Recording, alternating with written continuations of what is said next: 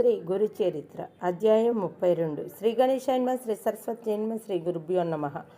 సావిత్రి సాధువు చేసిన ఉపదేశాన్ని విని భర్త లేని తన జీవితం వ్యర్థమని తలచి ఎడబాటు సహించలేక సగమనం చేయడానికే నిర్ణయించుకున్నది. స్నానం చేసి పట్టు వస్త్రాలు ధరించింది, ఆభరణాలు ధరించింది, కుంకుమ ధరించింది. భర్త శవానికి ముందు అగ్ని చేత పట్టుకుని నడిచింది.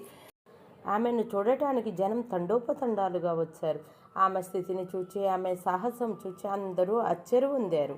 చితి సిద్ధం చేయించి ఆమె బ్రాహ్మణులకు దాన ధర్మాలు ఇచ్చింది.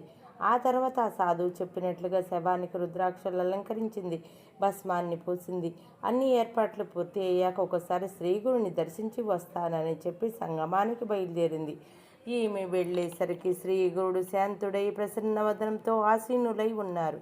ఆమె శ్రీగురునికి నమస్కరించింది. శ్రీగురుడు అష్టపుత్ర సౌభాగ్యవతీ భవ అని ఆశీర్వదించారు.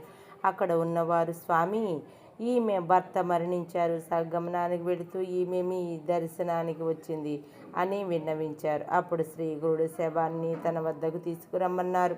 శవాన్ని అక్కడకు తేగానే బ్రాహ్మణులు శ్రీ గురు పాద తీర్థం శవం మీద చల్లారు.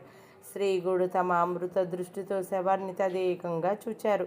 వెంటనే ఆ ప్రేతంలో జీవఛాయలు కనిపించాయి. మృతుడైన దత్తుడు జీవించాడు. సావిత్రి భర్తకు జరిగినదంతా చెప్పింది. వారి ఆశ్చర్యానందాలకు అవధులు లేవు. జన సందోహం శ్రీ గురు మహిమకు ఎంతో ఆశ్చర్యపోయారు. వారంతా జయ జయధ్వానాలు చేస్తూ శ్రీగురుని కీర్తించారు.